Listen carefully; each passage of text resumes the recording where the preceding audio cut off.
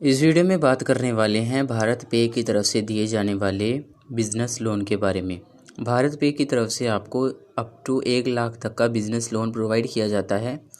ये person to person depend करता है, जैसे आपकी क्रेडिट प्रोफाइल पर, आपका जो भारत पे के साथ कैसा रिलेशन है उस पर, या कुछ और भी फैक्टर्स होते हैं जिन पर ये डिपेंड करता है। अगर मैं अपनी बात करूँ तो यहाँ पर मेरा भारत पे में ऐसा कोई ख़ास रिलेशन नहीं है, मतलब खाली मैंने भारत पे को जैसे इंस्टॉल किया हुआ है और इसके बाद मैंने भारत पे में कार्ड भी अप्लाई किया था, जिसको मैंने काफ़ी वीडियोस में आपको बताया भी है।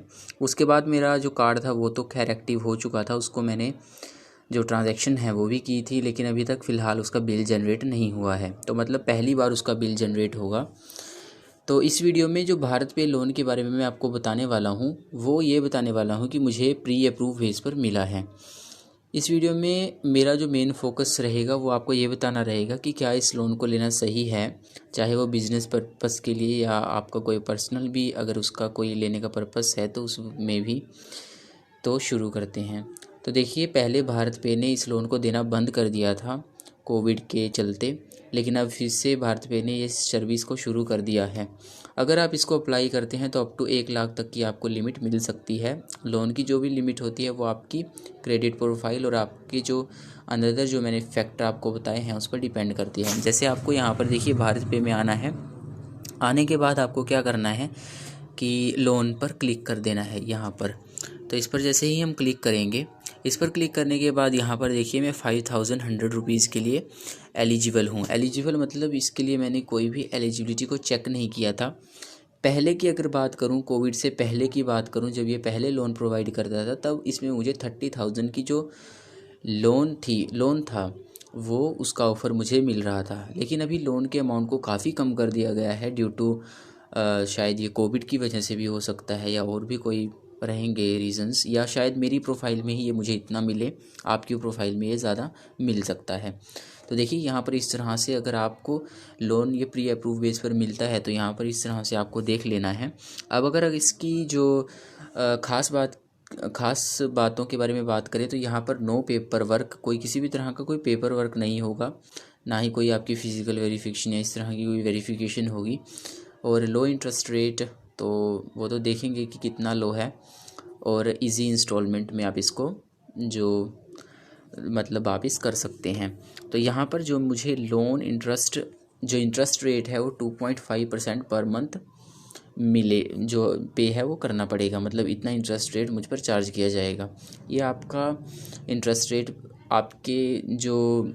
आपके उस प्रोफाइल पर भी डिपेंड करेगा। मैं ये नहीं कह रहा हूँ कि इंटरेस्ट रेट चेंज होगा, इसमें जो इंस्टॉलमेंट वगैरह है वो और लोन अमाउंट है वो चेंज होगी और टेन्योर भी इसमें चेंज हो सकता है। जो लोन आपको प्रोवाइड किया जाएगा वो आरबीआई अप्रूव्ड एनबीएफसीज के द्वारा प्रोवाइड किया जाएगा। जैसे यहाँ पर लेन देन है और अर्थमेट है, और ये है शायद इसका नेम अभी अच्छी तरह विजिबल नहीं हो रहा है, और ये है एक। तो इन 4 एनबीएफसी में से कोई एक एनबीएफसी आपको लोन प्रोवाइड करेगी। तो इस बात की तो खैर चिंता नहीं है कि जो एप्लीकेशन है वो आरबीआई अप्रूव्ड है, मतलब सॉरी, जो ये कंपनियां हैं। अब बात करते हैं इसके नुकसान के बारे में। इसका जो सबसे बड़ा नुकसान है, ऐसा नहीं है कि इसमें इंटरेस्ट रेट बहुत ज़्यादा चार्ज किया जा रहा है, ये एक नॉर्मल इंटरेस्ट रेट है। ऑनलाइन अगर आप लोन लेते हो तो इतना इंटरेस्ट रेट तो आपको देखने को मिलेगा ही मिलेगा। टेन्योर भी इसका लोन अमाउंट के हिसाब से ठीक है। लेकिन सबसे बड़ी जो गड़बड़ वाली बात है, जैसे मैं गेट लोन पर क्लिक करता हूँ, देखिए गेट लोन नाउ पर मैंने क्लिक किया और यहाँ पर मेरी लोन अमाउंट मुझे शो करेगी, टेन्योर वगैरह भी शो करेगा, डेली इंस्टॉलमेंट। जो सबसे बड़ी इसकी लोन की कमी है वो है डेली इंस्टॉलमेंट। इसमें आपको जो इंस्टॉलमेंट है वो मंथली नहीं, ना ही वीकली, ना ही 15 दिन के बाद।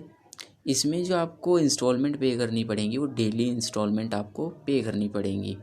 तो ये इसकी काफ़ी ज़्यादा डाउन साइड वाली बात है कि मतलब, क्योंकि डाउन साइड मतलब ये, अगर आप देखिए जैसे भारत पे है वो एक बिज़नेस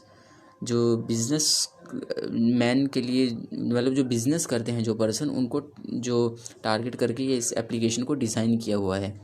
तो रोज़ रोज़ उनकी जो पैसा है, ज़ाहिर ही बिज़नेस में रोज़ रोज़, जैसे मान लीजिए कोई शॉप है या किसी तरह की, तो जो भी पैसा आएगा वो इंस्टॉलमेंट में कट हो जाएगा।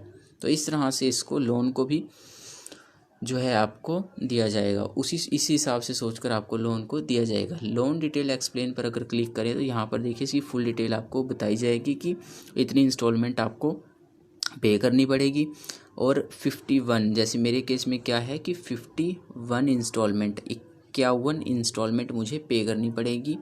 टोटल रीपेमेंट मेरी होगी इतनी, जो अमाउंट मेरे अकाउंट में आएगी क्रेडिट की जाएगी वो है इतनी 4998 रुपीज़।